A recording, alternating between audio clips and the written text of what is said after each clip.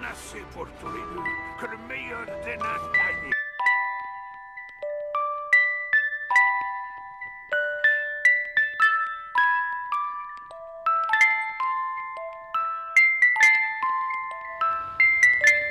Allez, allez, mettez-les.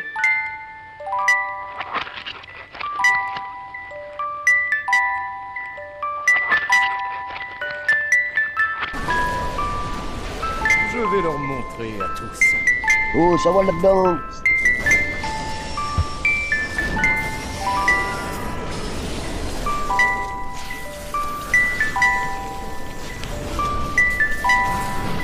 Ce n'est pas prêt.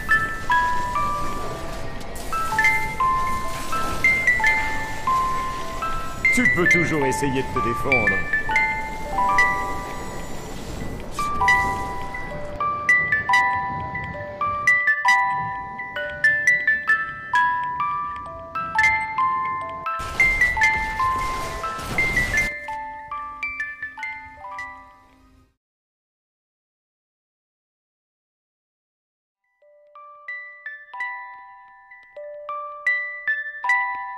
Incidence troublante. Levez-vous.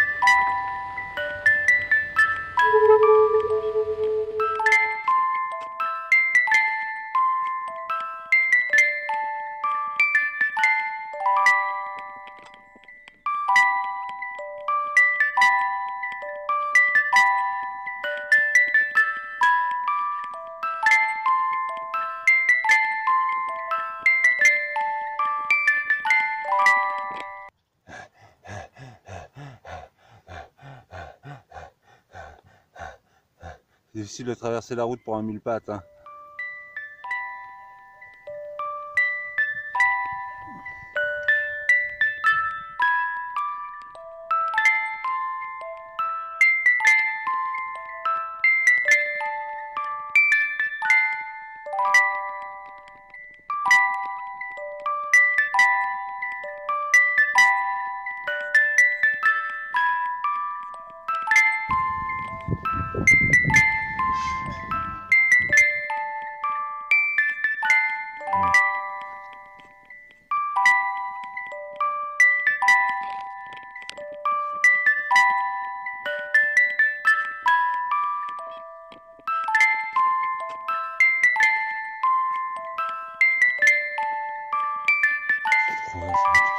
Ouais, tout droit, la route est comme ça, toute droite. Ça va tout le temps, ça continue.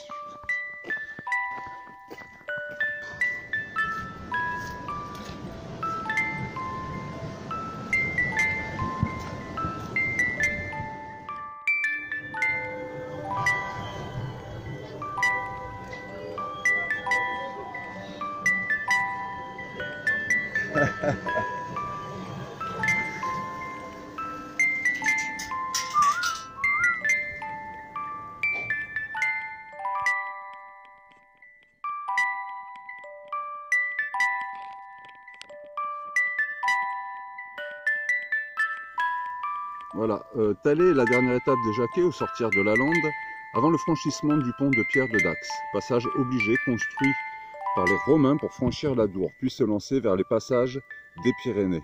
En route sur la Via Thurinensis, voie de Paris via Tours, les pèlerins venaient de quitter l'Esperon pour rejoindre l'hôpital de la Fosse-Guimbon. Ils se pressaient souvent en groupe sur ce chemin incertain où se glissaient des malfrats résidant au proche lieu dit Navarre. Sur ce plateau, parsemé de dunes, ils pouvaient voir dans le lointain un changement de végétation après la désolation, les moustiques, l'étang et 3 jours de marche depuis Bordeaux.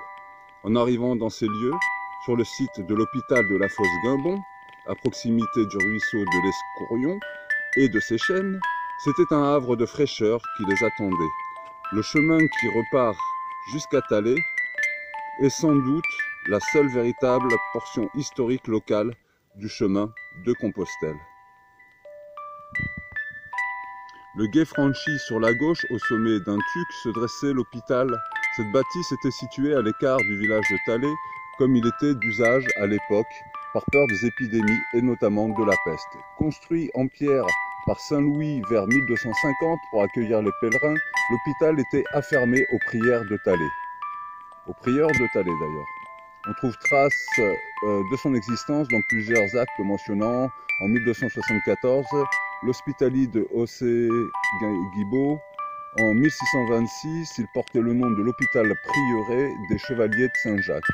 Les Chevaliers de Saint-Jacques de l'Épée Rouge furent les premiers à y tenir garnison pour la défense et le soin des pèlerins. Abandonnés en 1723, les habitants de Talley et de ses alentours furent autorisés par une délibération du conseil municipal de 1793 à récupérer les restes des ruines. Il fut définitivement démoli en 1837 et ces dernières pierres ont servi à construire le mur d'enceinte de l'actuel cimetière de Casté. Le blason des Chevaliers de Saint-Jacques.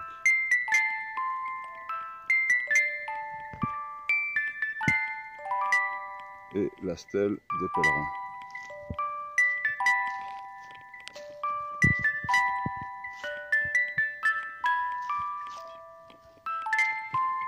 C'est donc ici que se trouvait l'hôpital des pèlerins.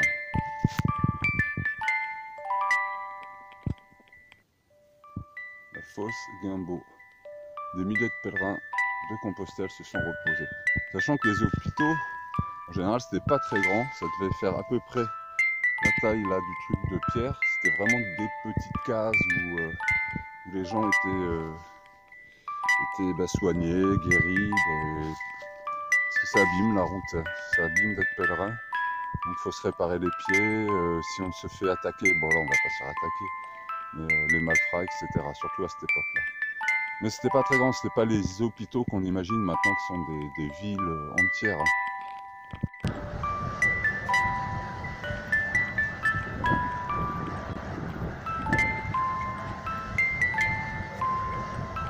Et on y va. La saucisse, le chien, la saucisse et le chien saucisse. C'est vraiment étrange. Alors que ça a encore court quelque part, il y a encore du gasoil, tout ça. Hein? T'as vu? C'est bizarre, hein? C'est ça comme ça, mais nulle part, ça doit être une ancienne station de service. Un ancien garage.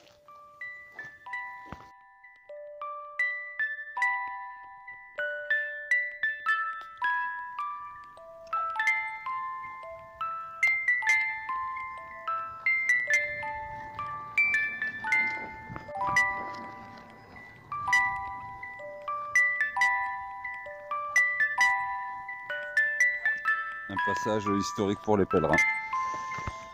Je salue. Au revoir, je reprends la route vers Dax. Alors ce soir, ouais, je pense que je vais dormir dehors. Là, on va d'abord regarder avant de partir ce qu'on voit là-haut derrière.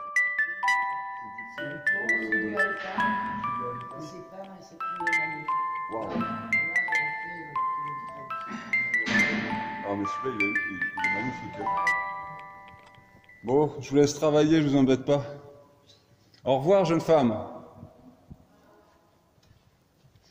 Joli boulot, hein. Allez, on y va, mon tio?